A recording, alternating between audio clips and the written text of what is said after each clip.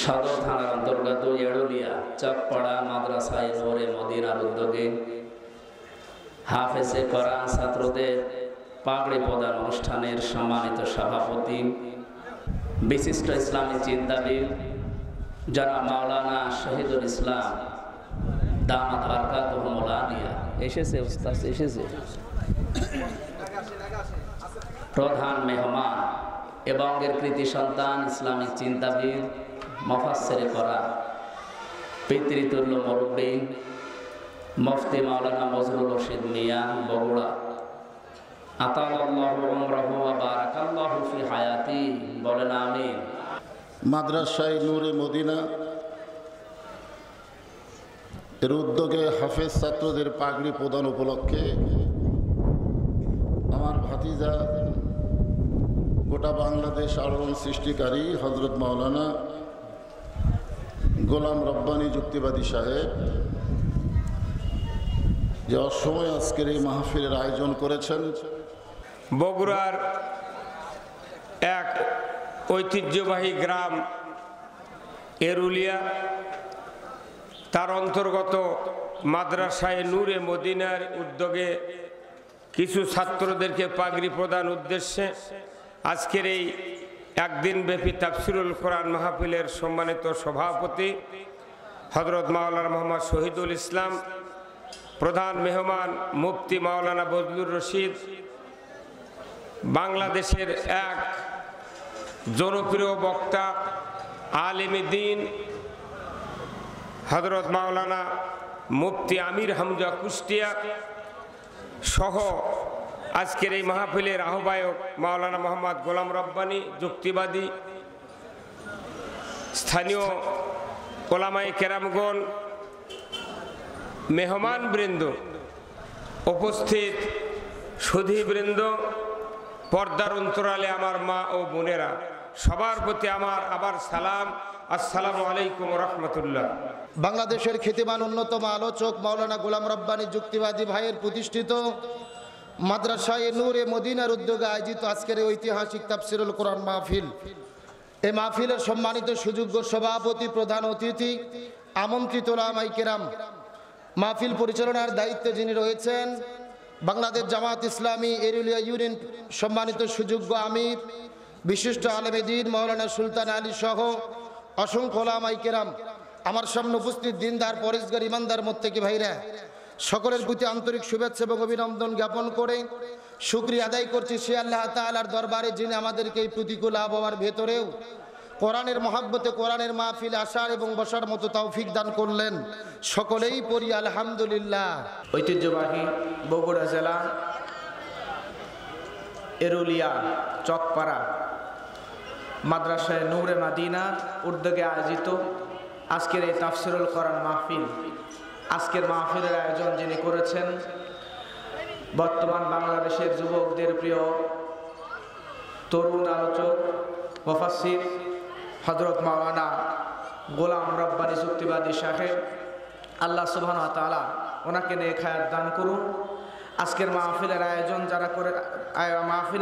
যারা করেছেন, মাহফিলের আমন্ত্রিত উলামায়ে কেরাম উপস্থিত হয়েছেন, সকলের জন্য দোয়া করছে এভাবে আল্লাহ সুবহানাহু ওয়া তাআলা আমাদেরকে আজকের মাহফিলে যেভাবে একত্রিত করেছেন এভাবেই জান্নাতের মেহমান হিসাবে একত্রে কবুল করুন, সকলে বলেন আমিন। আম্মা জান আয়েশা রাদিয়াল্লাহু তাআলা আনহা এই ছোট্ট ঘরটাকে কেন্দ্র করে আল্লাহ রাব্বুল আলামিন এই সূরাতুল হুজরাত নাজিল করেছেন। এই ঘরের মধ্যে আল্লাহর হাবিবের ইন্তেকাল হয়েছে। আম্মা জান আয়েশা রাদিয়াল্লাহু তাআলা আনহা তিনি বর্ণনা করছেন, প্রত্যেকটা দিন রাতের বেলা এশার নামাজের পরে দুনিয়াতে বৃষ্টি আগমনের আগে চাতক পাখিরা যেমন বৃষ্টির জন্য আকাশের ন্যায় তাকিয়ে থাকে, ঠিক তেমন করে আম্মা জান আয়েশা বলেন প্রত্যেক দিন এশার সালাতের পরে আল্লাহর হাবিব আমার কামরায় আসতো, আমার হুজরায় আসতো। এশার নামাজ হওয়ার সঙ্গে সঙ্গে আমি আয়েশা আল্লাহর হাবিবের জন্য ওই চাতক পাখির ন্যায় তাকায় থাকতাম। সুবহানাল্লাহ। এই ঘরের এত মর্যাদা, আল্লাহর হাবিব সাল্লাল্লাহু আলাইহি ওয়াসাল্লাম তিনি যেদিন এই কামরার মধ্যে ইন্তেকাল করলেন, ইন্তেকাল করার পরে আল্লাহর হাবিব সাল্লাল্লাহু আলাইহি ওয়াসাল্লামের কবর কোন জায়গায় দেওয়া হবে, দাফন কোন জায়গায় দেওয়া হবে, এটা নিয়ে সাহাবীদের মধ্যে চিন্তা ভাবনা করা শুরু করে দিলেন। এমন সময় উম্মাহাতুল মুমিনিন হযরত আয়েশা রাদিয়াল্লাহু তাআলা আনহার কাছে নবীজির ওসিয়তের কথা বলে দিলেন। আম্মা জান আয়েশা বললেন, আল্লাহর হাবিব আমার কাছে ওসিয়ত করে গিয়েছেন তাকে যেন আমার ঘরের মধ্যে দাফন করানো হয়। আমার প্রিয় মুসলমান ভাইয়েরা, হযরত আবু বকর রাদিয়াল্লাহু তাআলা আনহু তিনিও এই কথায় মত দিলেন। কারণ নবীরা যেই জায়গায় ইন্তেকাল করেন ওই জায়গায় নবীদের কবর দেওয়া হয়। আল্লাহর হাবিব আম্মা জান আয়েশার ঘরের মধ্যে ইন্তেকাল করলেন, এজন্য আল্লাহর হাবিব সাল্লাল্লাহু আলাইহি ওয়াসাল্লামের কবরটা আম্মা জান আয়েশার ঘরের মধ্যে দেওয়ার সিদ্ধান্ত হয়ে গেল। নবীজি ইন্তেকালের পরে নবীজির কবর যখন আম্মা জান আয়েশার হুজরার মধ্যে দেওয়া হলো, এর কিছু বছর পরে হযরতে আবু বকর রাদিয়াল্লাহু তাআলা আনহু তিনি তার কন্যা উম্মাহাতুল মুমিনিন হযরত আয়েশাকে এসে বলে, মা, আমার বড় আশা, আমার বড় ইচ্ছা, আমার বড় আকাঙ্ক্ষা, আমি ইন্তেকালের পরে আমার কবরটাও যেন নবীজির পাশেই দেওয়া হয়। তোমার ঘরের মধ্যে আমার কবর দেওয়ার জন্য তুমি কি অনুমতি দিবা নাকি একটু বলো মা।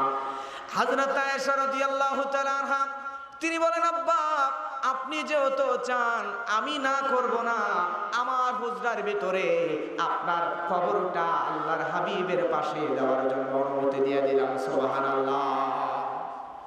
প্রিয় ভাইয়েরা আমার, হযরত আবু বকর রাদিয়াল্লাহু তাআলা আনহুর ইন্তেকালের পরে তার কবর নবীজির পাশে দেওয়া হলো।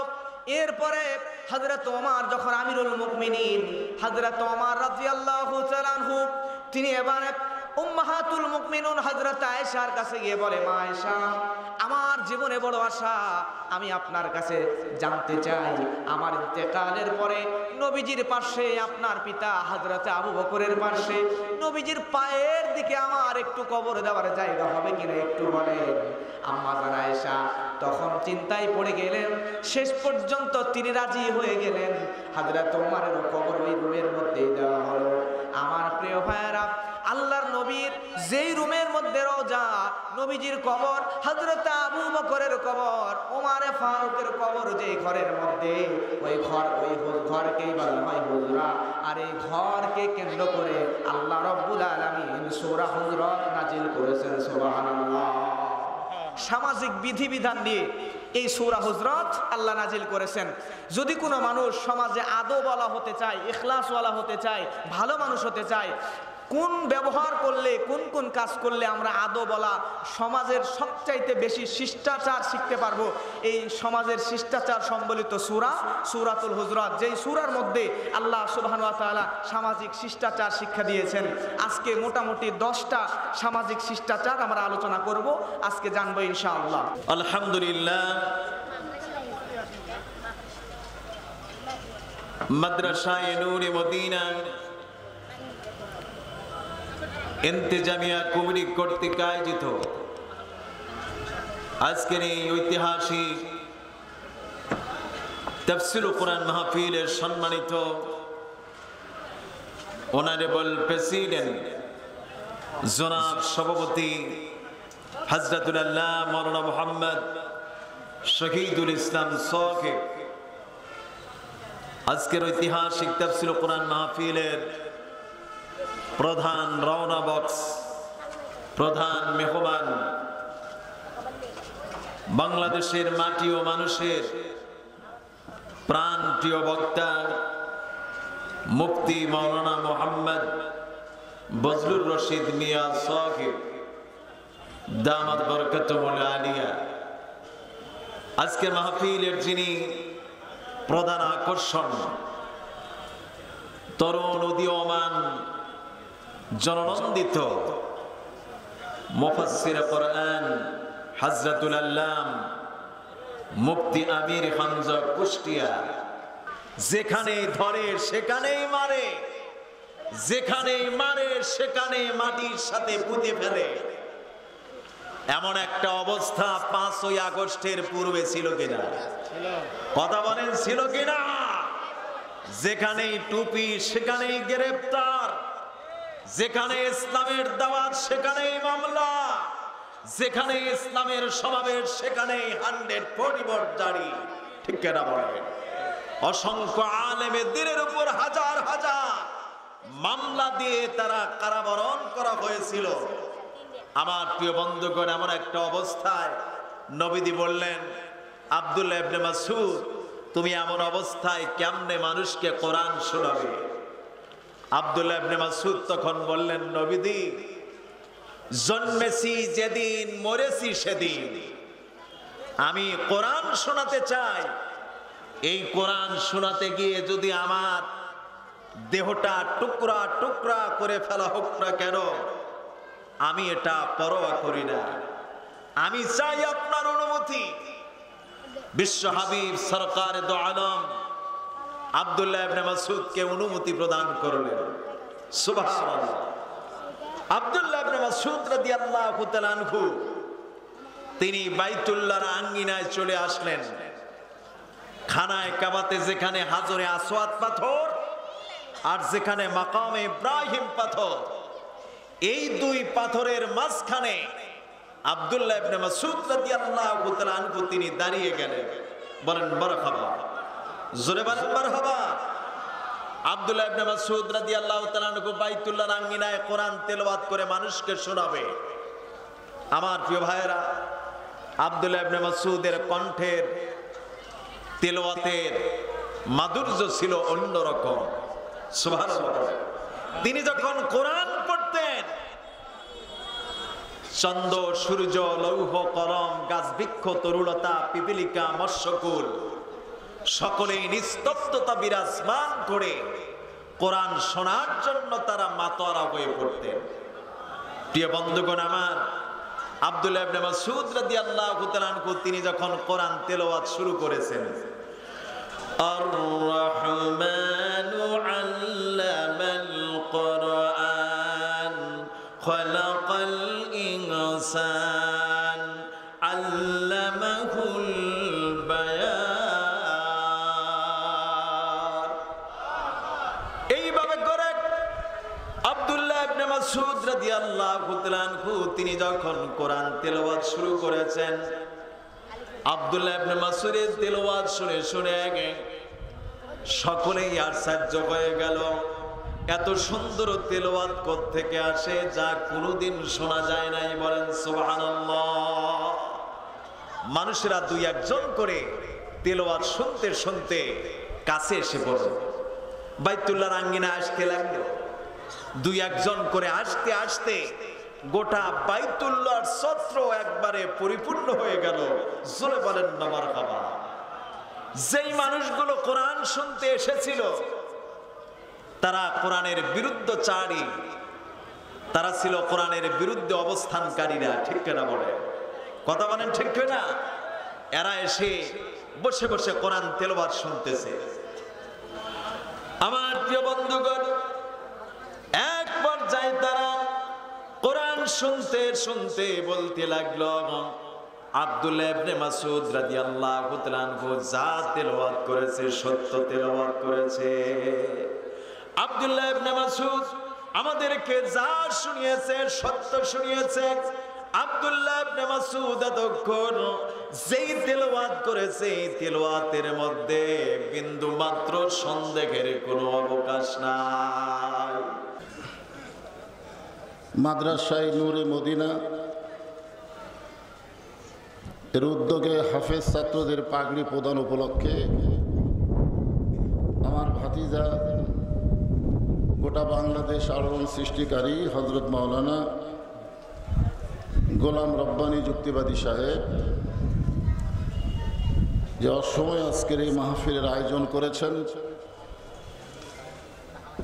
আজকের এই মাহফিলে আল্লাহ তাআলা যেনাকে সম্মানিত সভাপতির আসনে কবুল করেছেন, সম্মানিত অতিথিবৃন্দ যিনারা রয়েছেন, সকলকে অন্তরের অন্তঃস্থল থেকে আমি শুভেচ্ছা জ্ঞাপন করছি। এই দুনিয়াতে আসার একমাত্র কারণ কি? আল্লাহ জিজ্ঞাসা করবেন, রে বান্দারা আমি আল্লাহ খুশি হয়ে তোমাদেরকে জান্নাত দিয়ে দিলাম।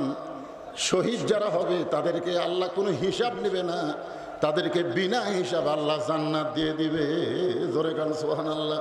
তো জান্নাত দেওয়ার পরেও তোমরা দুনিয়াতে কেন আবার যাওয়ার জন্য ছটফট করতেছো?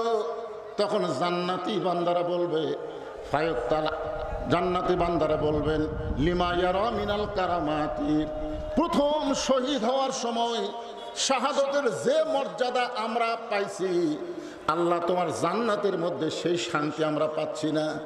ফায়ুক্তাল আশার আমার রতন, কম করে হলো আমরা 10 বার বাতিলের বিরুদ্ধে যুদ্ধ করে শহীদ হব, এরপরে আমরা জান্নাতে আসব। তার মানে বোঝা গেল ইসরায়েলের ইহুদি ফিলিস্তিনি মুসলমানকে হত্যা করেছে বলে তারা মৃত্যুবরণ করে নাই, বরং তারা জান্নাতে গেছে। আর জান্নাতে যাওয়ার পরে তারা বুঝবার পারতেছে দুনিয়াতে সমস্ত মৃত্যুর চাইতে আল্লাহ রাস্তায় জীবন দেওয়াই হলো সবচাইতে উত্তম মৃত্যু। ধরে কোন সুবহানাল্লাহ। এই জন্য খুব খেয়াল করবেন যে আল্লাহর ঘরের যারা গোলামি করবে আল্লাহ তাদেরকে 2টা পুরস্কার দিবেন। আল্লাহর ঘরের গোলামি করা মানে শুধু নামাজ নয়। আজকে যেই নামাজ আমরা আদায় করতেছি, এই নামাজ আমাদেরকে কি শিক্ষা দিল? আল্লাহ কোরআনে বলেছেন, ইন্না সালাতা তানহা আনিল ফাহশাই ওয়াল মুনকার, একমাত্র নামাজই পারে মুসলমানকে যাবতীয় খারাপি থেকে, যাবতীয় ফায়সা থেকে হেফাজত করতে। আমরা জানি ফ্যাসিস্ট সরকারের হাসিনা শুধু 5 ওয়াক্ত নামাজ নয়, তাহাজ্জুদের নামাজও পড়তো। জোরে কোন ঠিক কি না? 5 ওয়াক্ত নামাজ তো পড়তো, আবার তাহাজ্জুদের নামাজ পড়তো। শামীম ওসমান 5 ওয়াক্ত নামাজ পড়তো, সংসদে তিনি ডিক্লার দিয়েছেন 5 ওয়াক্ত নামাজ, এবং তাহাজ্জুদের পড়তে পড়তে 70-80 রাকাত নামাজও পড়তো। এরপরেও তারা ফায়সা অন্যায় কাজ করত। তার মানে বোঝা গেল বর্তমানে বাংলাদেশে যেই নামাজ চলতেছে, এই নামাজ আল্লাহর ঘরের গোলামি নয়। নামাজ আদায় করতে গেলে নামাজকে বাংলার জমিনে কায়েম করা লাগবে। জোরে কোন কথা ঠিক কি না? একটা হলো নামাজ পড়া, একটা হলো নামাজ কায়েম করা। নামাজ পড়া আর নামাজ কায়েম 2টা এক না। এখানে আল্লাহ যেটা বলতেছেন যে ইন্নাস সালাতা তানহা আনিল ফাহশাই ওয়াল মুনকার, একমাত্র নামাজই পারে মানুষকে যাবতীয় ফায়সা খারাপি থেকে, বেহুদা কাজ থেকে হেফাজত করতে। এটা নামাজ পড়ার কথা বলে নাই, এখানে নামাজ কায়েমের কথা বলা হয়েছে। আপনি দেখেন কোরআনের প্রথমেই আপনারা দেখবেন জালিকাল কিতাবুল লা রাইবা ফিহি হুদাল লিল মুত্তাকিন, এই আয়াতটা মানে এই কোরআনের মধ্যে কি কোনো সন্দেহ আছে? কোনো সন্দেহ নাই। এরপরে আল্লাহ কি বলতেছেন? আল্লাযীনা ইউমিনুনা বিল গায়বি ওয়া ইউকিমুনাস সালাত, আল্লাহর প্রতি, অদৃশ্যের প্রতি যারা ঈমান গ্রহণ করেছে তাদের 1 নম্বর কাজ হলো নামাজ কায়েম করা। জোরে কোন কি করা? সবাই কথা বলা লাগবে। 1 নম্বর কি? নামাজ পড়া না কায়েম করা? কায়েম করা। আপনারা বলেন তো, আল্লাহ যে নবীকে নামাজ দিলেন, লাইলাতুল মেরাজে নবীকে নামাজ দিলেন, এই নামাজটা কোন সময় দিয়েছেন? আমাদের মুসলমান হিসাবে কিছু জানা দরকার। এই নামাজটা আল্লাহ নবীকে দিয়েছেন নবুয়তের 10ম বৎসরে। নবুয়তের কত বৎসরে? নবুয়ত পাওয়ার 10ম বৎসরে আল্লাহ তাআলা লাইলাতুল মেরাজে নবীকে 5 ওয়াক্ত নামাজ দিলেন। এই 5 ওয়াক্ত নামাজ পাওয়ার পরেও নবী কিন্তু আরো 3 বছর মক্কায় ছিলেন। কয় বছর? 3 বছর মক্কায় ছিলেন। কোরআনের কোন জায়গায় আল্লাহ বলে না ইকরাউস সালাত, নামাজ পড়ো, ইকরাউস সালাত, নামাজ পড়ো। এটা আর কোরআনের কোন জায়গায় বলে নাই। নবী নামাজ পাওয়ার পর থেকে আল্লাহ বলতেছেন আকিমুস সালাত, নামাজ কায়েম করেন, নামাজ কায়েম করো। আল্লাহ রাসূল বললেন, আল্লাহ আপনি তো কোরআনে নামাজ কায়েমের কথা বলতেছেন, কিন্তু আমি তো নামাজ নিয়ে আসলাম মক্কায় 5 ওয়াক্ত, কিন্তু নামাজ তো কায়েম হচ্ছে না। নামাজ তো কায়েম হচ্ছে না। নামাজ আমরা চুপি চাপি পড়তেছি, আজান ছাড়া নামাজ। জোরে কোন কি ছাড়া নামাজ? আজান ছাড়া নামাজ। চোরের মতন চুপি চুপি ঘরের মধ্যে নামাজ। নামাজ তো কায়েম হচ্ছে না। তখন আল্লাহ পাক রাসূলকে জানাইলেন, নামাজকে কায়েম করতে গেলে যিনি ইমাম হবেন, যিনি মসজিদের ইমাম হবেন, তিনাকে আবার নেতা হওয়া লাগবে। নামাজকে কায়েম করতে গেলে যিনি মসজিদের ইমাম হবেন তিনাকেই আবার ওই এলাকার কি হওয়া লাগবে? কথা কয় না কেন? শুধু মসজিদের ইমাম হলে হবে না, সমাজের নেতা হওয়া লাগবে। আপনার উপর যখন নামাজ কায়েমের আয়াত নাজিল করা হলো, তখন মক্কাতে আপনি হলেন ইমাম আর আবু জেহেল হচ্ছে নেতা। যতদিন পর্যন্ত আবু জেহেলের মতন নেতা থাকবে, ততদিন পর্যন্ত আপনার মতন ইমাম নামাজ পড়তে পারেন, পড়াতে পারেন, কিন্তু নামাজ কায়েম করতে পারবেন না। নামাজ কায়েম করতে গেলে যিনি ইমাম হবে তিনাকেই নেতা হওয়া লাগবে। এখন বাংলাদেশে একটা সুযোগ দেখা যাচ্ছে, একটা সুযোগ, একটা বাতাস। আপনাদের দোয়ায় বাংলাদেশের প্রায় জায়গায় ওয়াজ করতে গিয়ে একটা জিনিস আমাদের চোখে ধরা পড়তেছে, মানুষ দিন দিন জালেমের জুলুম এটা বুঝবার পারতেছে। জোরে কোন কথা ঠিক কি না? মানুষ দিন দিন কারা জালেম, কারা সংসদে গেলে কোনোদিনও নামাজের কথা একবার বলবে না, কারণ তারা নিজেরাই নামাজ পড়ে না, তারা নামাজের কথা কেমনে বলবে? জোরে কোন কথা ঠিক কি না? এই জন্যে খুব খেয়াল করা লাগবে। আমরা যদি ফালিয়া আবুদু রব্বা হাদাল বাইত, ওই আল্লাহর ঘরের গোলাম হতে চাই, আর আল্লাহর দুইটা নিয়ামত যদি দুনিয়াতেই পেতে চাই, তাহলে আমাদেরকে নামাজ পড়ার মধ্যে শুধু থাকলে হবে না, নামাজ কায়েমের আইন, নামাজ কায়েমের বিধান বাংলার জমিনে পাশ করার চেষ্টা করা লাগবে। জোরে কার কথা ঠিক কি না? এই জন্যে আপনাদের একটা কথা এটা বলতেছে, আভাস দিয়ে যাচ্ছি, আমরা তো অনেক কিছুই দেখলাম, ঠিক কিনা বলেন? আমরা কি কম দেখলাম? এই 54 বছর 53 বছরে আমরা বহু কিছু দেখলাম, কিন্তু আমরা তো সবই দেখলাম, কিন্তু একটা বার কি দেখা যায় যে এই বাংলার জমিনে কোরআন দিয়ে ভালো মানুষের আমরা কি চাই? সৎ লোকের শাসন আর আল্লাহর কোরআনের আইন। জোরে কোন কথা ঠিক কি না? তাহলে এ কথা কি বলা যায় সব দেখা হলো শেষ, আগামীতে দেখবো আল্লাহর কোরআনের বাংলাদেশ? কারা কারা দেখতে চান দুই হাত তুলে আল্লাহকে দেখান। লিল্লাহে তাকবীর।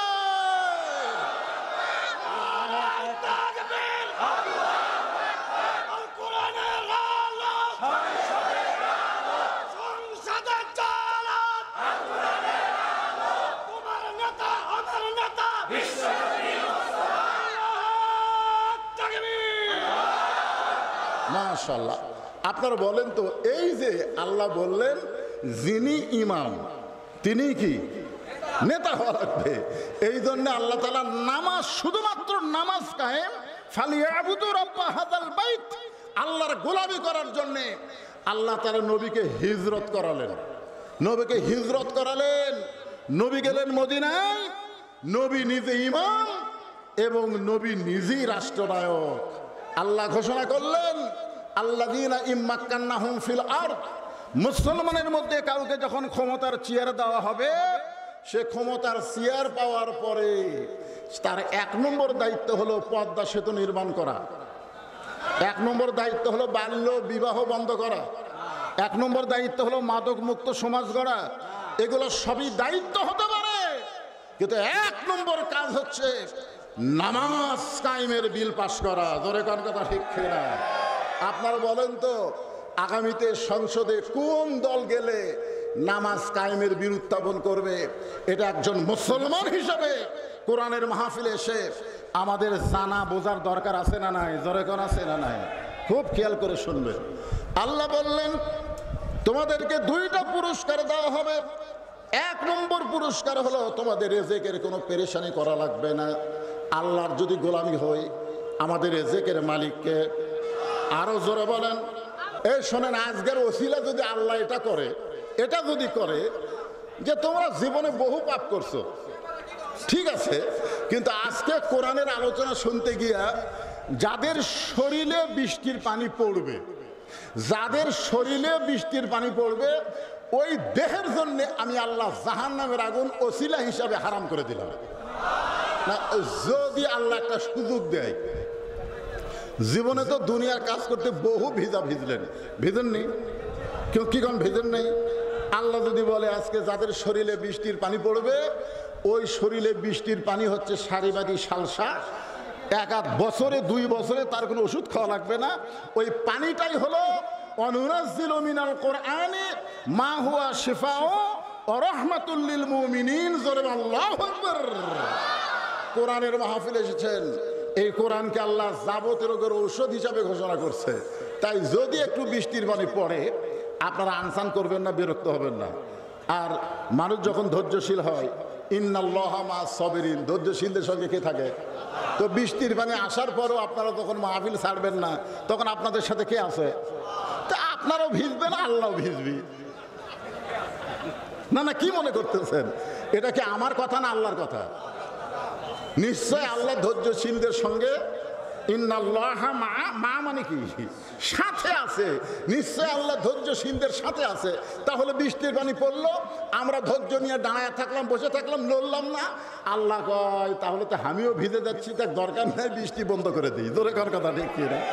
ইনশাল্লাহ আপনাদের ধৈর্য দেখে বৃষ্টি বন্ধ হবে। আমি তো আপনাদের দেশীয় বক্তা। এরপরে মুফতি আমির হামজা আসতেছে। আল্লাহ, আমার ভাতিজা গোলাম রব্বানী এই অসময়ে মাহফিল করেছে, তুমি আল্লাহ ইচ্ছা করলে রাত 12টা পর্যন্ত বৃষ্টি বন্ধ রাখতে পারো। মানুষ কষ্ট হলে দাঁড়িয়ে থেকে ওয়াজ শুনবে, কিন্তু অবারিত বৃষ্টি বললে মানুষের ভিতরে সে সবল ঈমান আমাদের নাই। জোরে কার কথা ঠিক কিনা? আমি যেটা বলতে চাচ্ছি, ওয়া আমানাহুম মিন খাউফ, যাবতীয় ভয় থেকে আল্লাহ পুরোপুরি নিরাপত্তা দিয়ে দিবে। আপনারা বলেন তো, অ্যাটমের জোর বেশি না ইমানের জোর বেশি? আপনারা বলেন তো, অ্যাটম বোমা, হাইড্রোজেন বোমা, আমেরিকা যে পারমাণবিক বোমা তৈরি করছে, আপনারা বলেন তো এই বোমার কি নিজস্ব কোনো শক্তি আছে? ওই বোমার মধ্যে শক্তি কার? এ কথাটা বিশ্বাস করা লাগবে। ইসবিহু লাহু মা ফিস সামাওয়াতি ওয়াল আরদ, আসমান এবং জমিনের মধ্যে যত কিছু আছে সব কিছু তাসবিহ আদায় করে কার? আরো ধরে বলেন। যখন ফেরেশতা জিবরাইল এসে আমাদের জাতির পিতা হযরত ইব্রাহিমকে বললেন, ইব্রাহিম চড়কের উপরে বসে আছো, আল্লাহর জিকির করতেছো, আল্লাহর জিকির করতেছো, একটাবার নিচের দিকে তাকায় দেখো, একটাবার নিচের দিকে তাকায় দেখো, নমরুদ যে আগুন জ্বলাইছে, শুধু এক ইব্রাহিম নয়, 1,00,000 ইব্রাহিম যদি আগুনের মধ্যে ফেলে দেওয়া হয় পুড়ে ছাই হয়ে যাবে। মানে ইব্রাহিমকে মারার জন্য বিশাল আগুনের চুলা। হযরত ইব্রাহিম বললেন, জিবরাইল আমি এখন পর্যন্ত একটা বারের জন্য নমরুদের চুলার দিকে তাকাইনি, কারণ আমার ভিতরের ঈমান আমাকে বলে দিচ্ছে হাসবি আল্লাহ নিমাল ওয়াকিল অনিমাল মাওলা অনিমান নাসির। আমার ভিতরের ঈমান আমাকে বলে দিচ্ছে নমরুদ আগুন জ্বলাবার পারে, কিন্তু পুড়ানোর ক্ষমতা নমরুদের হাতে নাই। পুড়ানোর ক্ষমতা কার হাতে? ইসলামী আন্দোলনের উর্বর ভূমি বগুড়া সদর শহীদ আবু রুহানির স্মৃতি বিজড়িত গ্রাম এরুলিয়া উচ্চ বিদ্যালয় মাঠ প্রাঙ্গণে আয়োজিত বাংলাদেশের খ্যাতিমান অন্যতম আলোচক মাওলানা গোলাম রব্বানী যুক্তিবাদী ভাইয়ের প্রতিষ্ঠিত মাদ্রাসায়ে নূরে মদিনার উদ্যোগে আয়োজিত আজকের এই ঐতিহাসিক তাফসিরুল কোরআন মাহফিল, এই মাহফিলের সম্মানিত সুযোগ্য সভাপতি, প্রধান অতিথি, আমন্ত্রিত উলামায়ে কেরাম, মাহফিল পরিচালনার দায়িত্বে যিনি রয়েছেন বাংলাদেশ জামাত ইসলামী এরুলিয়া ইউনিয়ন সম্মানিত সুযোগ্য আমির, বিশিষ্ট আলেমে দ্বীন মাওলানা সুলতান আলী সহ অসংখ্য উলামায়ে কেরাম, আমার সামনে উপস্থিত দিনদার পরেশগার ইমানদার মুত্তাকি ভাইরা, সকলের প্রতি আন্তরিক শুভেচ্ছা এবং অভিনন্দন জ্ঞাপন করে শুকরিয়া আদায় করছি সে আল্লাহ তাআলার দরবারে যিনি আমাদেরকে এই প্রতিকূল আবহাওয়ার ভেতরেও কোরআনের মহাব্বতে কোরআনের মাহফিলে আসার এবং বসার মতো তৌফিক দান করলেন। সকলেই পড়ি আলহামদুলিল্লাহ। আমার প্রিয় বন্ধুগণ, মুসলমান ভাইরা গভীর মনোযোগ লক্ষ্য করুন। আল্লাহ তাআলা নবীকে পৃথিবীতে নেতা করে প্রেরণ করলেন, এই জন্য আল্লাহ তাআলা কোরআনের ভেতরে আমার নবীকে নেতা বলে ডাক দিয়েছেন। আল্লাহ তাআলা ডাক দিয়ে বলেন, ইয়াসিন ওয়াল কোরআনিল হাকিম। এই যে হলেন ইয়াসিন, এই যে ইয়াতি হলেন হরফে নেদা। হরফে নেদা ওই সমস্ত হরফগুলোকে বলা হয় যেই হরফ দিয়ে মানুষদেরকে ডাকা হয়, আহ্বান করা হয়। আর সিন মানে হলো সাইয়েদ, সাইয়েদ শব্দের অর্থ হলো নেতা। আল্লাহ তাআলা নবীকে নেতা বলে ডাক দিয়েছেন, সুবহানাল্লাহ বলেন। রাসূল মুফাসসিরিন হযরত আব্দুল্লাহ ইবনে আব্বাস হযরত আব্দুল্লাহ ইবনে মাসউদ রাদিয়াল্লাহু তাআলা আনহুমা দুইজনে একত্রিতভাবে এই তাফসীর আয়াতের তাফসীর বর্ণনা করে বলেন আল্লাহ তাআলা নবীকে নেতা বলে ডাক দিয়েছেন। এই জায়গার ভেতরে সাইয়্যিদ অর্থ সর্বমত হলো 5টি। চিৎকার করে বলেন কয়টি? এক নম্বর হলো সাইয়্যিদুল বাশার। এই পৃথিবীতে আল্লাহ তাআলা যতগুলো মানুষ সৃষ্টি করেছে প্রত্যেকটা মানুষের নেতা হলো আমাদের নবী। 2 নম্বর হলো সাইয়্যিদুল আম্বিয়া। এই পৃথিবীর মধ্যে যতগুলো নবী আল্লাহ তাআলা প্রেরণ করেছে সবগুলো নবীদের নেতা হলো আমাদের নবী। 3 নম্বর সাইয়্যিদুল মুরসালিন। এই পৃথিবীতে আল্লাহ তাআলা যতগুলো রাসূল সৃষ্টি করেছে প্রত্যেকটা রাসূলের নেতা হলো আমাদের নবী। 4 নম্বর সাইয়্যিদুল কাউনাইন। আল্লাহ তাআলা দুজান সৃষ্টি করেছে, দুজানের নেতা হলো আমাদের নবী। আর 5 নম্বর হলো সাইয়্যিদুল আলামিন। আল্লাহ তাআলা যত জগৎ সৃষ্টি করেছে প্রত্যেকটা জগতের নেতা হলেন আমাদের নবী। আমাদের নবী সমস্ত মানুষের নেতা, সমস্ত নবীর নেতা, সমস্ত রসুলের নেতা, দু জাহানের নেতা, সমস্ত জগতের নেতা। ওই নবীকে আমাদের নেতা মানার দরকার আছে না নাই? আমার বন্ধুগণ, মুসলমান ভাইরা গভীর মনোযোগ লক্ষ্য করুন। নবীকে কেমন ভাবে নেতৃত্ব হিসেবে মানার চেষ্টা করবেন? আমার নবীজি এই পৃথিবীর মধ্যে, আমার নবীজি হাদিস শরীফের মধ্যে বলেন মান তাশাব্বাহা বিকওম ফাহুয়া মিনহুম। যার সঙ্গে যার মহব্বত তার সঙ্গে তার কিয়ামত। হাদিসের ব্যাখ্যায় মুহাদ্দিসগণ বলেন এই পৃথিবীর ভেতরে যে যেই দল করবে ওই দলের সাথেই তার হাসর নাসর হবে।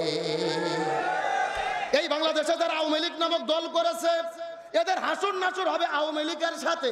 এই দেশের মধ্যে যারা বিএনপি নামক দল করে এদের হাসর নাসর হবে বিএনপির সাথে। এই দেশের মধ্যে যারা চরমোনাই পীরের মুরিদ হয়েছে এদের হাসর নাসর হবে চরমোনাইয়ের পীরের সাথে। এই বাংলাদেশে যারা জামাত ইসলাম নামক দল করে এদের হাসর নাসর হবে জামাত ইসলামের সাথেই। এখন হয়তো প্রশ্ন করতে পারেন হুজুর দলিল দেন। দলিল হলো আল্লাহর কোরআন। সূরা বনী ইসরাইল ৭১ নম্বর আয়াতের ভেতরে আল্লাহ তাআলা কত চমৎকার করে বর্ণনা করে বলেছেন ইয়াউমা নাদউ কুল্লা উনাসিম বিইমামিহিম। আল্লাহ বলে হাসরের ময়দানে প্রত্যেকটা মানুষ একা থাকবে না, প্রত্যেকটা মানুষের সামনে থাকবে তার নেতা। সামনে থাকবে কে? এই যে হুজুর একা থাকবে না, আমিও একা থাকবো না, আপনি একা থাকবে না, প্রত্যেকটা মানুষের সামনে থাকবে কে? আরো জোরে বলেন কে? আমি যদি আপনাদেরকে তাফসীরটা বোঝানোর চেষ্টা করি, ভালো করে ঢুকে পড়েন, লক্ষ্য করে বোঝার চেষ্টা করবেন। এই দেশের বিরুদ্ধে যারা আওয়ামী লীগ নামক দল এতদিন ধরে করেছে হাসরের ময়দানে দেখা যাবে, হাসরের ময়দানে আওয়ামী লীগ দল যারা জমিনের মধ্যে করেছে এদের সামনে প্রথম দাঁড়িয়ে যাবে বঙ্গবন্ধু শেখ মুজিবুর রহমান, তারপরে দাঁড়িয়ে যাবে 16 বছরের স্বৈরাচার কাঁঠাল রানী হাসিনা, এরপর ওবায়দুল কাদের, অন্যান্য নেতা কর্মীরা। এই দেশের মধ্যে যারা বিএনপি নামক দল করে হাসরের ময়দানে দেখা যাবে প্রথম দাঁড়িয়ে যাবে শহীদ প্রেসিডেন্ট জিয়াউর রহমান, তারপরে বেগম খালেদা জিয়া, মির্জা ফখরুল ইসলাম আলমগীর, তারেক জিয়া, অন্যান্য নেতা কর্মীরা।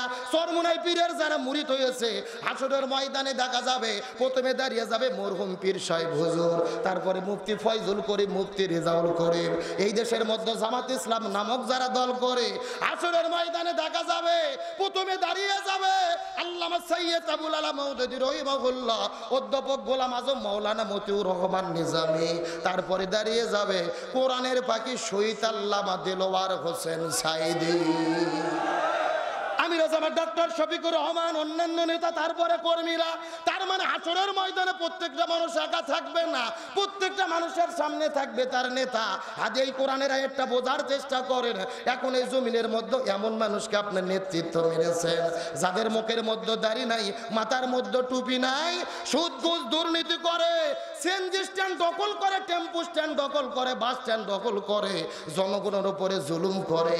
এমন মানুষের যদি নেতৃত্ব জমিনের মধ্যে মেনে থাকে না, আল্লাহর কোরআন হাতে না শপথ করে বলতেছি, তাহলে আপনারা ধরা খাইয়ে বসে আছেন। এ জোরে বলেন, এ নেতা মানা দুনিয়ার কোনো বিষয় নয়। এই দুনিয়ায় যাকে নেতা মানবেন আখিরাতে তাকে সামনে। এখন আপনি সিদ্ধান্ত আপনার, আমার দায়িত্ব কোরআনের কথা বলা, মানা না মানা এটা এরুলিয়াবাসীর ব্যাপার। কথা কর না, এখন দেখেন আপনি সুদ ঘুষ দুর্নীতিবাজ চাঁদাবাজ সিএনজি স্ট্যান্ড দখলকারী টেম্পু স্ট্যান্ড দখলকারী এমন বাটপারদের সামনে দেখতে চান নাকি আলেমদেরকে দেখতে চান, এই সিদ্ধান্ত আপনাদেরকে নিতে হবে।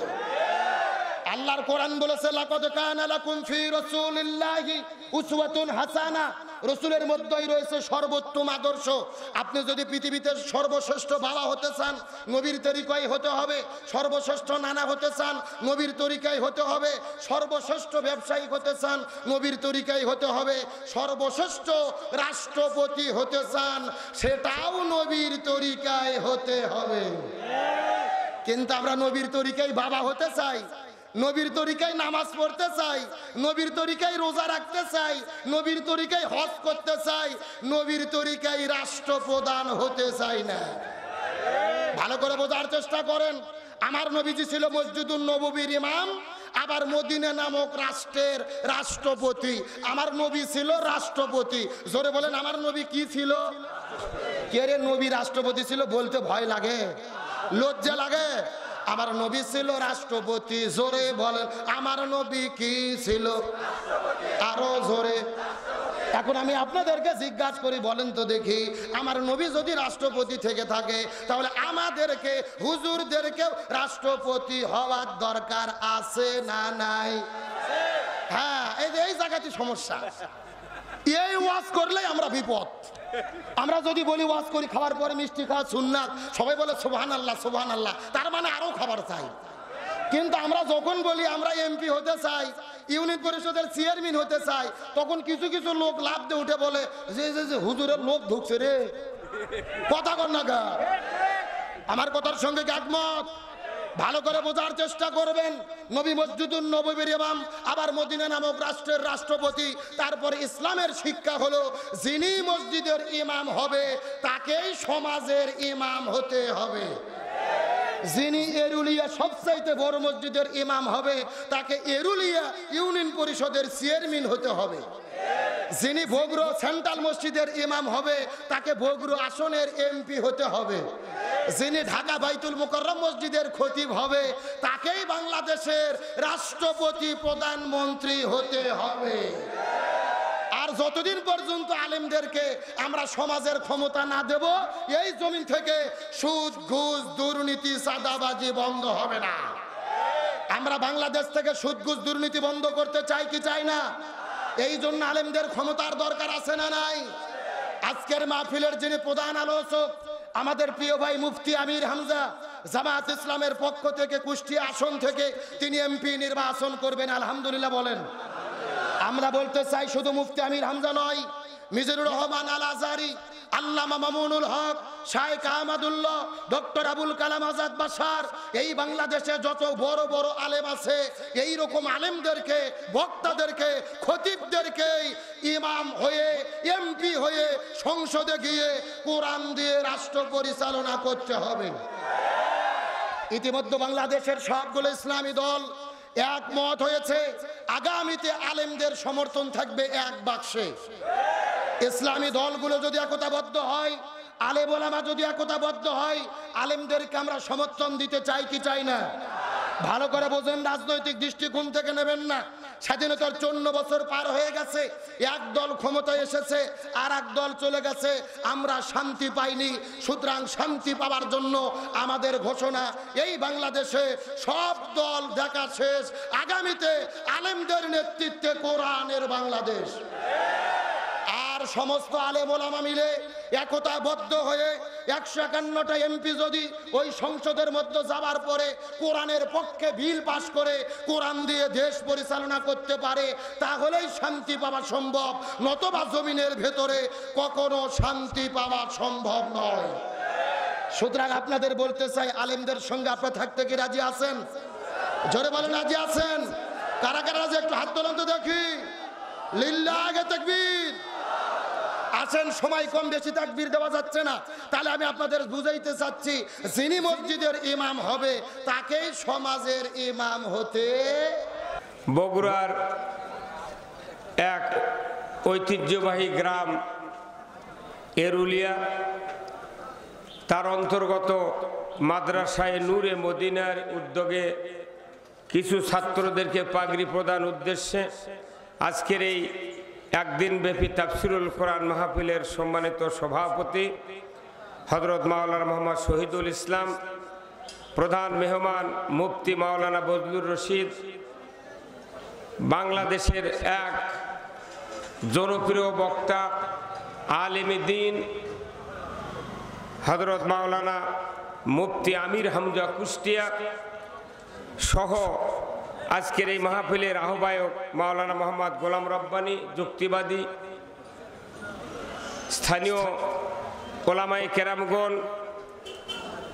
মেহমান বৃন্দ, উপস্থিত সুধীবৃন্দ, পর্দার অন্তরালে আমার মা ও বোনেরা, সবার প্রতি আমার আবার সালাম, আসসালামু আলাইকুম রহমতুল্লাহ। দুটো আইনের লড়াই হচ্ছে। কয়টা আইন?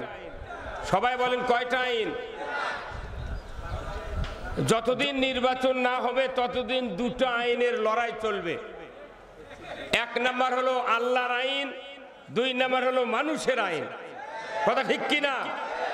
অনেক বক্তৃতা হয়ে গেছে দেশে, আলেম ওলামারা ঘন্টার পর ঘন্টা আমরা বক্তৃতা করছি, তারপরে দেশের সুদ বন্ধ করতে পারি নাই, চুরি বন্ধ করতে পারি নাই, ধর্ষণ বন্ধ করতে পারি নাই, দুর্নীতি বন্ধ করতে পারি নাই, অন্যায় অপকর্ম যত কিছু আছে, এমনকি হাজারো বক্তৃতার পরে দেখা যায় বক্তাদের বক্তৃতা ঠিকই হয়, কিন্তু দুর্নীতির চ্যাম্পিয়ন ফার্স্ট ক্লাসে ডিগ্রি পায়।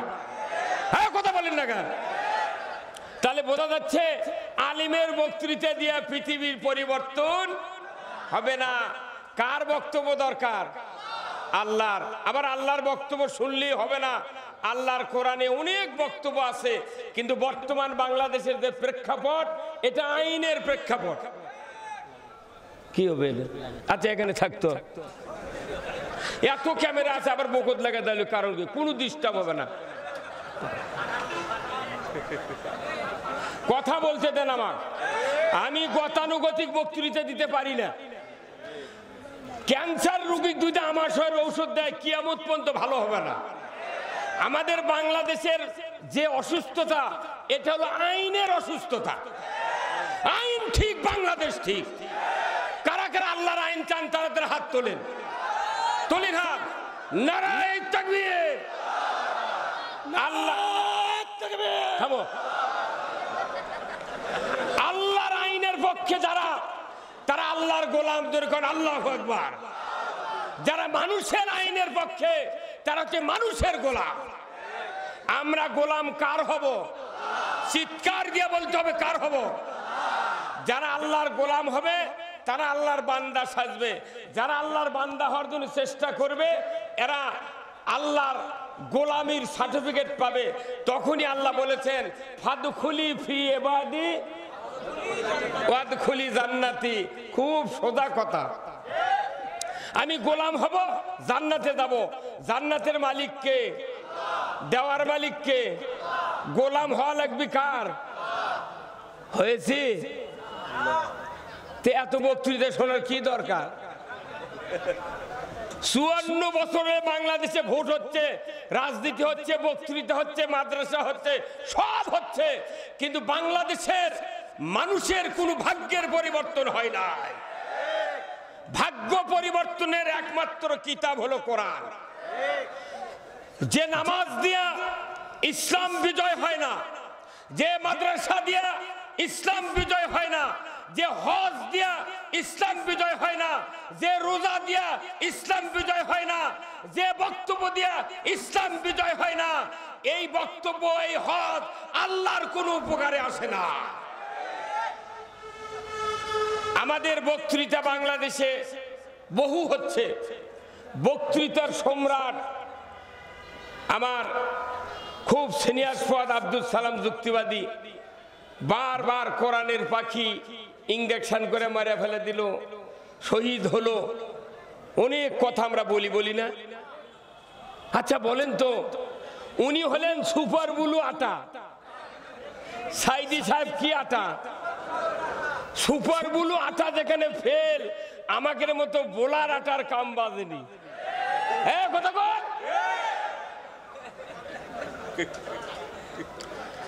এই যে আপনাকে বগুড়া শহর দিকে এইবার এক মাহফিল আমাকে জিজ্ঞাসা করছে প্যান্ডেলের ভেতর থেকে যে হুজুর, মানুষেরা বক্তাদের আলেমদেরকে দাম দেয় না কেন? তা আমি বললাম যে এটা এর একমাত্র কারণ, সরকার যাদেরকে দাম দেয় মানুষ তাদেরকে দাম দেয়।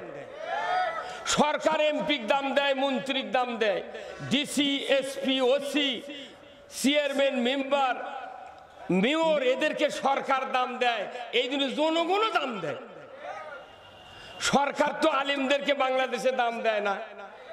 যদি দাম দিত, গত 16 বছরে হাজার হাজার আলেমক জেলখানার লাউঘাটি খিলেছে সরকার। কথা কোন না? সরকারের যেহেতু আমাদের পক্ষে কোনো দাম দেওয়ার কোনো আইন নাই, এই জন্য বাংলাদেশে আলেমদেরকে কেউ দাম দেয় না। কিন্তু এখন আছে আলেমদেরকে দাম দেওয়ার কারণে আলেমরা যখন মাথা ছাড়া দিয়েছে, তখন এই দেশেরই একটা হতভাগা নাস্তিকদের দোষর সে বলেছে, ও আলেম সমাজের স্ত্রীরা, তোমরা জান আলেমের সন্তান পেটের মধ্যে নিও না। তাহলে তুমি কি বাংলাদেশ কি বেশ্যার কারখানা বানাতে চাও? কত বড় খারাপ ভাষা ব্যক্ত করেছে, কথা ঠিক কিনা? বাংলাদেশের মানুষকে এইবার বুঝে দিতে হবে যে আগামী সংসদে আল্লাহর আইন কায়েম হবে না, মানুষের আইন কায়েম হবে। কেন আইন কায়েম করবেন আল্লাহর? এই বক্তব্য আমি দেব। শুনতে কি রাজি আছেন? শুনতে রাজি আছেন? আচ্ছা বলেন তো, মোটর সাইকেল আপনারা চেনেন? এই যে হুন্ডা,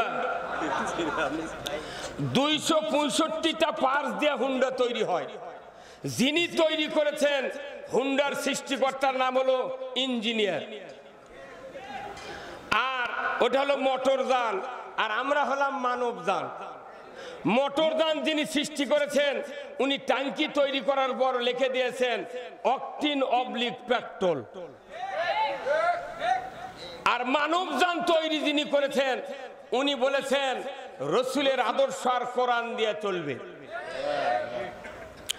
মোটরযান তৈরি কারকের ক্যাটালগ অনুযায়ী যদি কেউ অকটেন কিংবা পেট্রোল না কিনা ডিজেল কেরোসিন তুলে যদি কিয়ামত পর্যন্ত কিক করে, স্টার্ট হওয়া তো দূরের কথা, ধোঁয়া পড়বে না চোখে। কারণ কি না? এক কথাই উত্তর, সৃষ্টিকর্তার আইন মানা হয় নাই। হুন্ডার সৃষ্টিকর্তা হলো ইঞ্জিনিয়ার, আর মানবযানের সৃষ্টিকর্তা কে? সৃষ্টিকর্তার আইন ছিল অকটেন অবলিক পেট্রোল।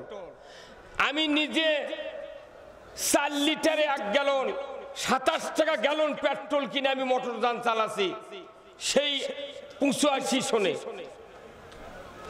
এখন যদি 1000 টাকা লিটার যদি পেট্রোল অকটেন লাগে, তাও মানুষ 1000 টাকা লিটার কিনতে বাধ্য।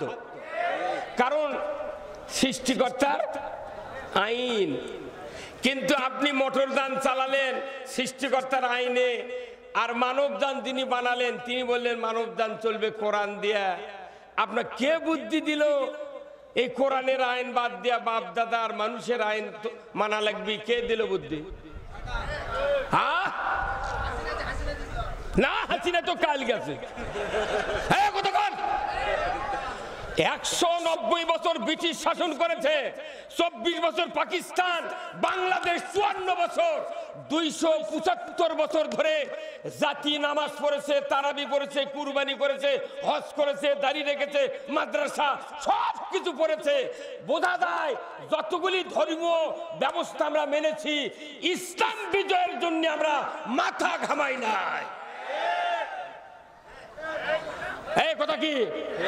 কিন্তু এইবার এসে তখন ইসলাম বিজয়ের দিকে 12 আনা মানুষ ঝুঁকি নিচ্ছে, তখন হাজারো স্লোগান চলতেছে। তোমাদের স্লোগান দিয়ে লাভ হবে না, কারণ বেহেশত যিনি তৈরি করেছেন তিনি বান্দাক বেহেশত দিবেন। আর বেহেশত পাওয়ার জন্য যদি দুনিয়ার কোন মানুষ আল্লাহর আইনের পক্ষে যদি কাজ না করে, কিয়ামত 2200 বার হবে, 2300 বার হজ করবে, জান্নাতের চোখ চোখে পড়বে না। আল্লাহর আইন মানাই হলো জান্নাতে যাওয়ার সবচেয়ে বড় আমল। আমরা আল্লাহর আইনের কথা বলি, সাইদি সাহেব আল্লাহর আইনের কথা বলে, আলেম ওলামা আল্লাহর আইনের কথা বলে, যার কারণে 16 বছর কোরআনের মাহফিল করতে অনুমতি লাগিছে। এই যে মানুষগুলো দাঁড়িয়ে আছেন, এই দেশের অবস্থা যদি আল্লাহ এরকম করে না দিতেন, 12 জন লোকই আসতে পারতেন না। কি বগুড়ার পুলিশ লাইনের সব পুলিশ চলে এলো। কথা কোন আপনি কি দেখেন? আপনি কি দেখেন না? কথা বুঝুন না আপনি কি কথা কি এইরকম নির্বিঘ্নে বসে থাকতে পারতেন? আল্লাহ বুঝে দিচ্ছেন যে পুলিশের ভয়ে তুমি বসবাস বসবারই পারোনি, আর এখন না পানি দিচ্ছি তোমাকে পরীক্ষা করার জন্য যে তোমার পুলিশের ভয় বেশি না পানির ভয় বেশি। কি ঠিক?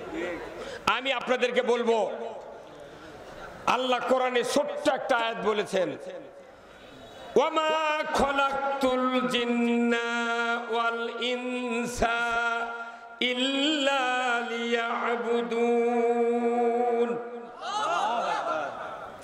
আমি মানুষ এবং জিনকে সৃষ্টি করেছি আমার ইবাদতের জন্য। সুবহানাল্লাহ। মখলুকাত কত আছে দুনিয়াতে? 18,000। 2টা মখলুকাত ইবাদত করবে, তারই একটাকে আমরা চোখেই দেখি না। তার অফিস নাই, আদালত নাই, জেলা ডিসি এসপি কিছু নাই, পুলিশ নাই, রাস্তা নাই, ঘাট নাই, কিচ্ছু নাই। ওই মখলুকাত আমরা দেখিই না, ওটা একবারে বাদ। এখন মখলুকাত আছে কয়টা? তার নাম কি? মানুষ। কথা ঠিক কিনা?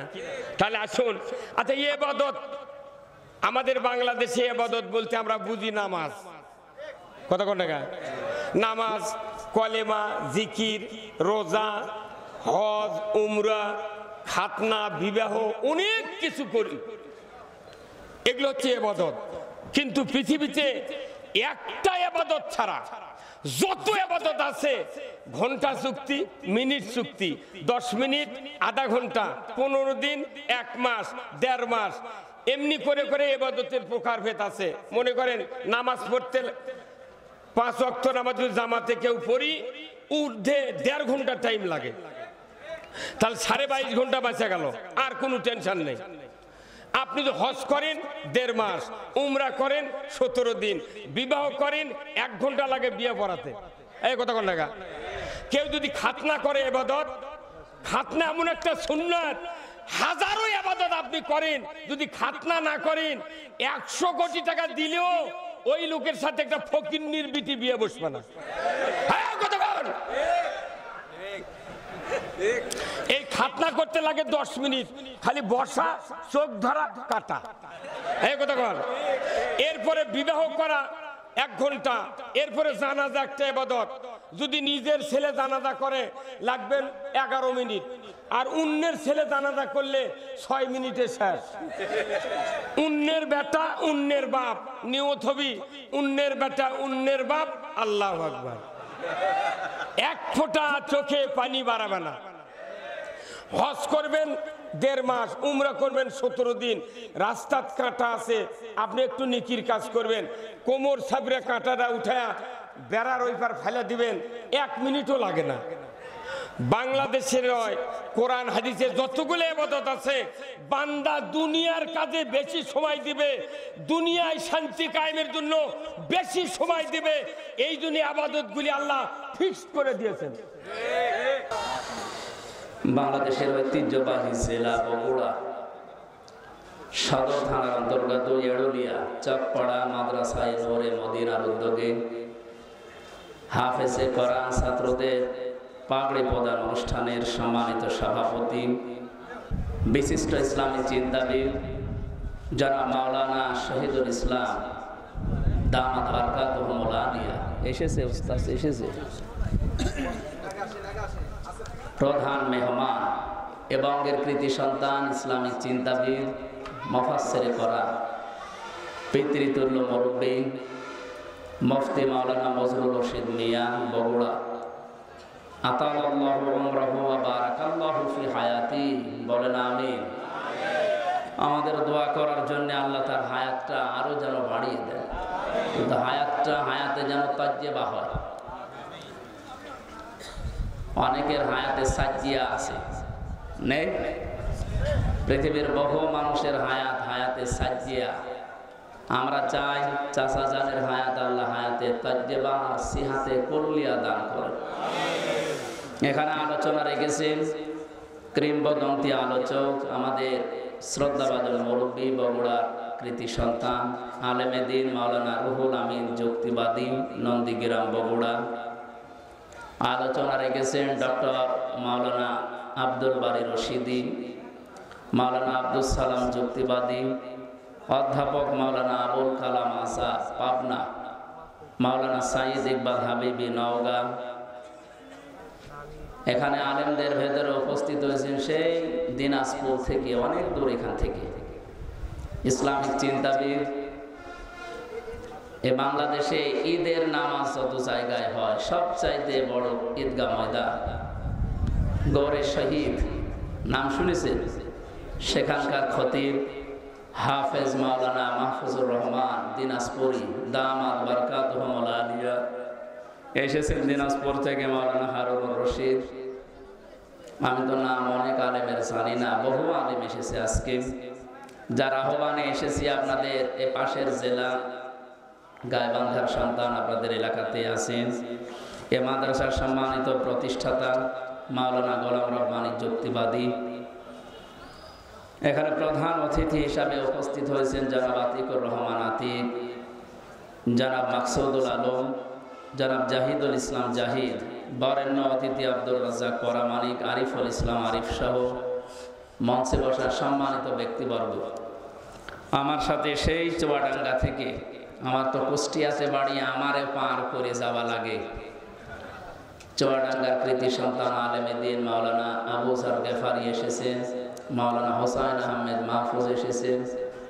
আল্লাহ রাব্বুল আলামিন আলেমদের হায়াতে তাজ্জেবা সিহাতে কুল্লিয়া যেন দান করেন। সামনে বসা মুসলমান ভাইরা, পর্দার আড়ালের সম্মানিত মা এবং বোনেরা, বৃষ্টি মুখর এই দিনে সারাদিন মনে হয় শুনলাম বৃষ্টি হচ্ছে। আমার সে ফজরের আজানের পর থেকে 4-5টা অনুষ্ঠান ছিল, ওগুলো বিকাল 3টা পর্যন্ত ছিলাম। ওই পর্যন্ত কল দিয়েছিলাম যে কি অবস্থা, বলছে বৃষ্টি হচ্ছে। এরপরে বলছে আসেন, হয়তো বিকেলে মাগরিবের পরে ঠিক হয়ে যাবে। যতটুকু পরিবেশ আছে এই কাদা ভেজা জায়গায়, আপনারা মাগরিবের পর থেকে বসে আছেন তো, আমরা খুব অল্প সময় কিছু কথা বলবো ইনশাআল্লাহ। এই অনুষ্ঠানটা আজকে শুধুমাত্র যারা বাংলাদেশের জামাত ইসলামী করে, যারা চরমোনাই পীরের মুরিদ, যারা খেলাফত মজলিসে এই সমস্ত ইসলামিক দলে আছে তাদের জন্যই না, হাদা বায়ানুল লিন্নাস, মানুষ পদবাচ্চে যারা বিবেচিত তাদের সবার জন্য আজকের এই অনুষ্ঠান।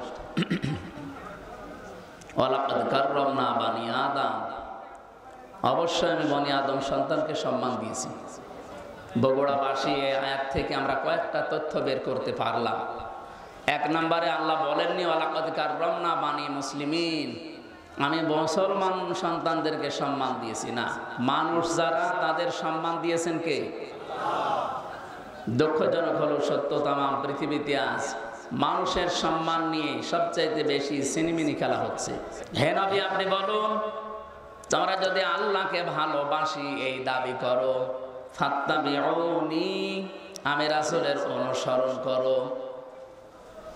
এ পর্যন্ত যদি কেউ মানতে পারে, আল্লাহ বলেন ইউহিব্বুকুমুল্লাহ, আমি আল্লাহ নিজেই তাকে ভালোবাসবো। ভালোবেসেছি এ কথা এখানে নেই। ইউহিব্বু মুজারে, বর্তমান ভবিষ্যৎ, প্রেজেন্ট ফিউচার। কেউ যদি রাসূলকে অনুসরণ করে, আমার আল্লাহ তাকে ভালোবাসা আরম্ভ করবে।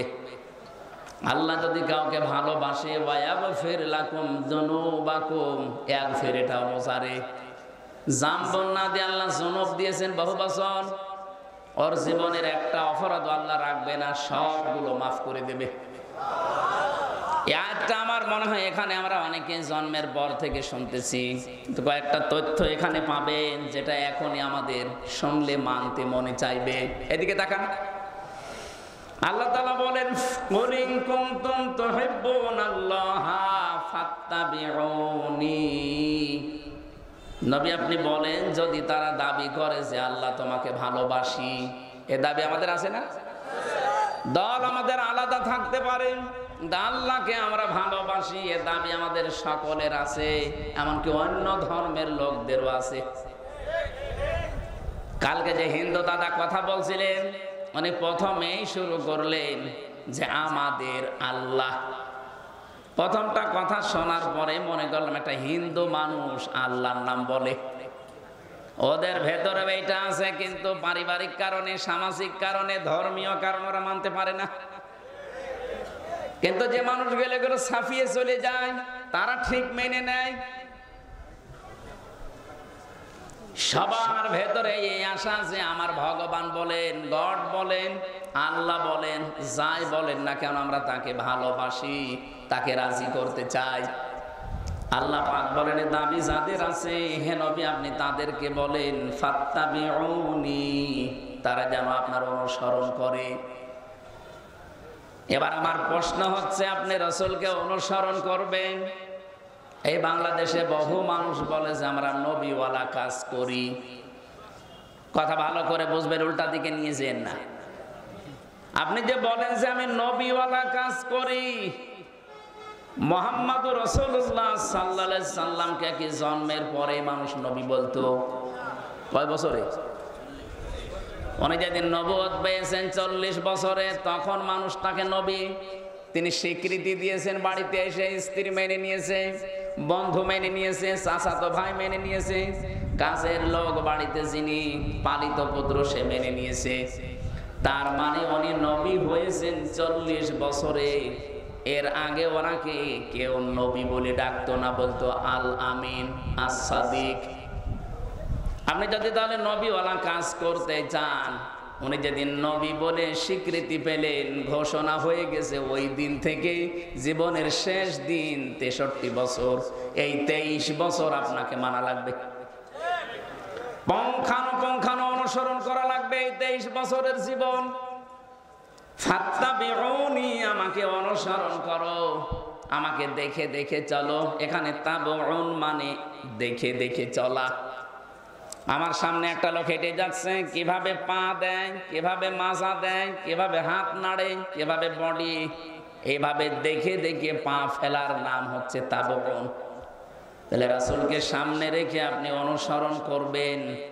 এখন আমার প্রশ্ন, এই অনুসরণ কি আপনার আংশিক না পূর্ণাঙ্গ? বলেন বলেন। এইটার জন্য আমি এই পর্যন্ত এসেছি। আজ বাংলাদেশ সহ বিশ্বে বহু মানুষ আমরা রাসূলের অনুসরণ করছি, কিন্তু আংশিক, পূর্ণাঙ্গ না। আংশিক অনুসরণ করেছিল অনেকেই, তারা মাপ পায়নি। কিন্তু পূর্ণাঙ্গ অনুসরণ যারা করেছে তারা মাপও পেয়েছে, জান্নাতের সুসংবাদও পেয়েছে। নবীজির পড়া জীবনী আপনি পড়বেন, সাহাবায়ে কেরামের জীবনী পড়েন, বহু কাফেরের জীবনী আমি পড়ে দেখেছি। বহু মানুষ রাসূলকে ভালোবাসতো আংশিক, কিন্তু রাসূলকে অনুসরণ করার ক্ষেত্রে তারা পূর্ণাঙ্গ রূপ দিতে পারে নাই। এই জন্য আল্লাহ তাদেরকে মাফ করে নাই, জান্নাতেও দেয় নাই। তবে নবায়ের নাম আমরা জানি অনেকেই। এই লোকটা রাসূলের এত অনুসরণ করেছে, তার পুরা জীবন আমি পড়ে মাত্র 2টা ভুল পেয়েছি। 1 নম্বরে উহুদের ময়দান থেকে 300 মানুষ নিয়ে ভেগে গিয়েছিল। 2 নম্বরে ও রাজনৈতিক জীবনে বিশ্ব নবীকে মানত না, ওর আদর্শ ছিল আবু জেহেল। রাসূলের পেছনে নামাজ পড়েছে, রাসূলের মতো জামা গায়ে দিয়েছে, রাসূলের মতো দাড়ি রেখেছে। পরে এমন কোনো কিছু আমি পাইনি জীবনে যে অনুসরণ রাসূলের মতো হয়নি, সব রাসূলের মতো। শুধু রাজনৈতিক জীবনে বিশ্ব নবীকে নেতা মানে নাই, ওর নেতা ছিল, আদর্শ ছিল আবু জেহেল।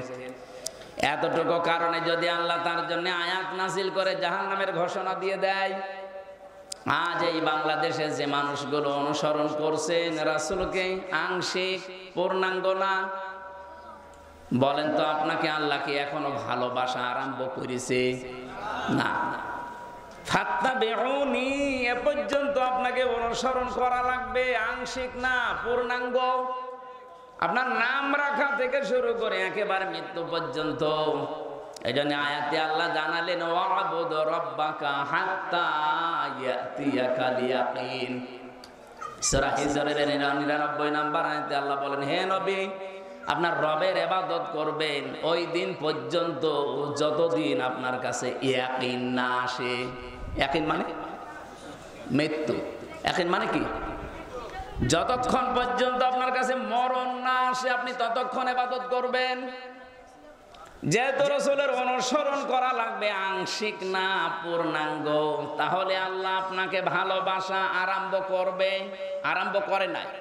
তাহলে এখন আমাদের উচিত হচ্ছে আমাদের অনুসরণ করা লাগবে মাথা থেকে পা পর্যন্ত, রান্নাঘর থেকে আন্তর্জাতিক জীবন পর্যন্ত। কি আংশিক আংশিক না পূর্ণাঙ্গ? এই পূর্ণাঙ্গটা বলতে গেলে কিছু মানুষের মন পাওয়া যায় না। আমরা তো পূর্ণাঙ্গ অনুসরণের কথা বলি। আপনি যখনই পূর্ণাঙ্গ অনুসরণ আরম্ভ করে দেবেন তখন আল্লাহ আপনাকে ভালোবাসা শুরু করবে। তাহলে এই দেশে যে আলেম, যে ইমাম, যে মুসলমান এখনো রাসূলুল্লাহকে পূর্ণাঙ্গ অনুসরণ আরম্ভ করে নাই, তাকে আল্লাহ ভালোবাসা শুরু বলেন না, করে না।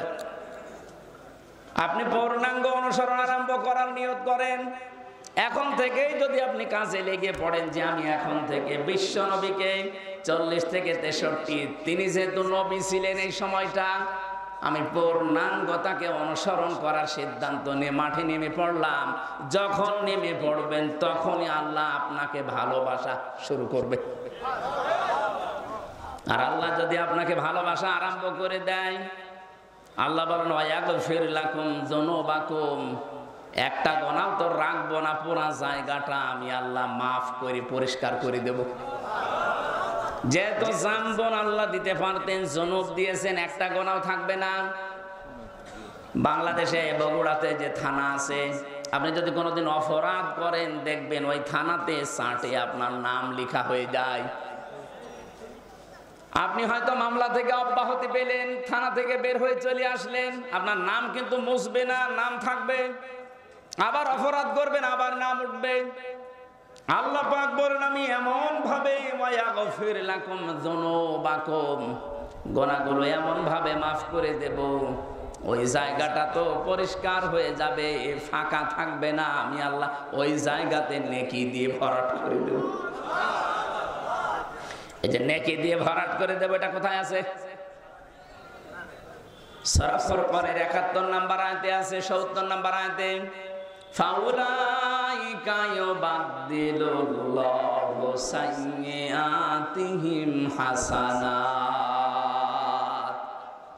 আল্লাহ পাক যেন কুদরতি আঙ্গুল এভাবে দিয়ে দেখাচ্ছে, ফাউলাইকা, এই মানুষগুলো, এই বগুড়া, চার মাথা না কয় মাথা এটা? বেড়ুলিয়া।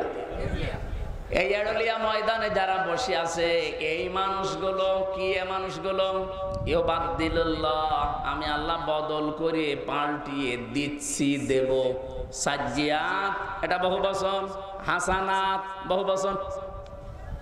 একটা গোনাও রাখবো না, যতগুলো গোনা মাফ হয়ে যাবে, পুরা জায়গাটা হবে নেকি দিয়ে ভরাট করে দেব। আল্লাহ এখানে পরে কয়েকটা নামও নিয়েছেন, ওয়া কানাল্লাহু গফুরুর রহিমা, আর সূরা ইমরান দিয়েছেন আল্লাহু গফুরুর রহিম। সুবহানাল্লাহ।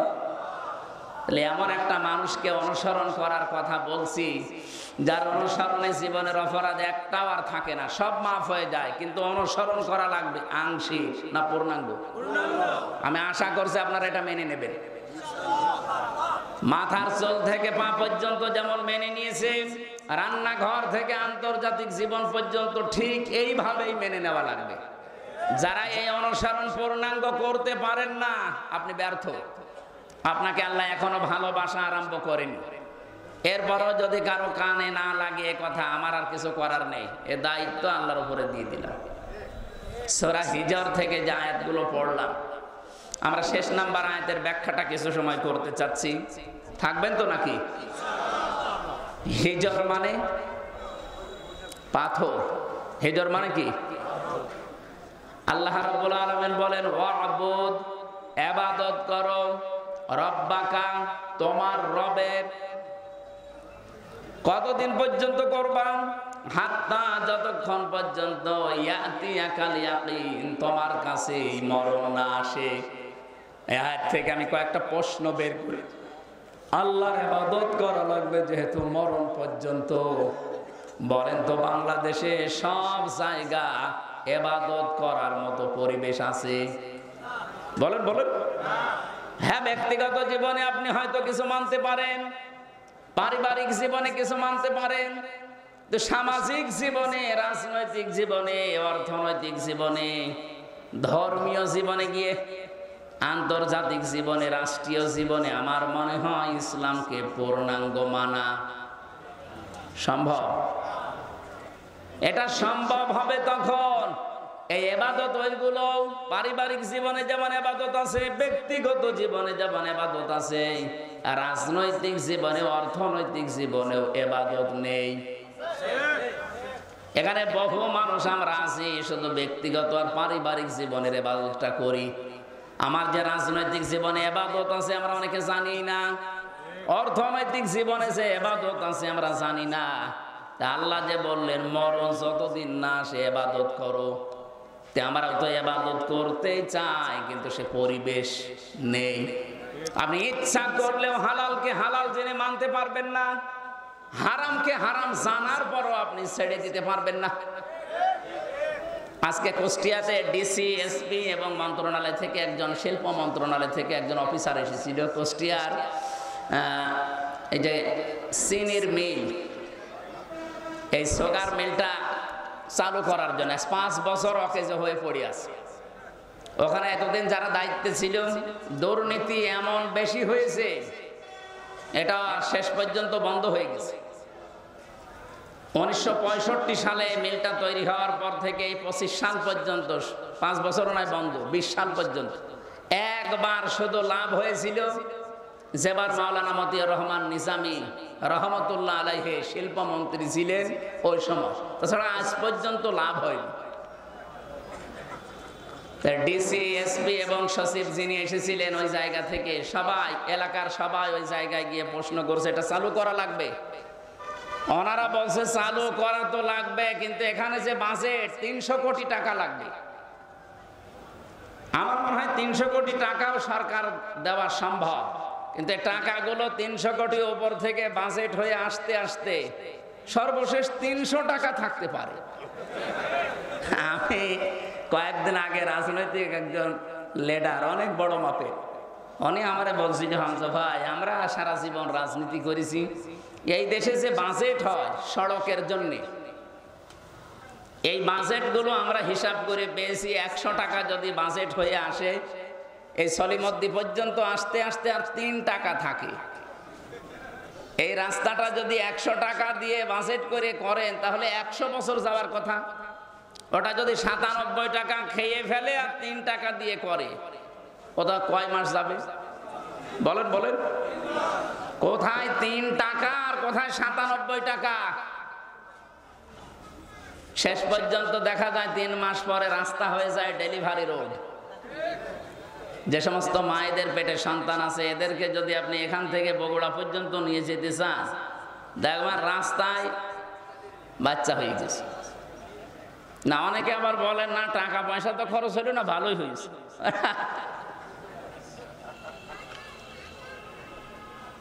তো এই মেলটা চালু করার জন্য আজকে এলাকাবাসী সবাই এসে ডিসি, এসপি সাহেবকে বলছিল যে আপনারা উদ্যোগ নেন।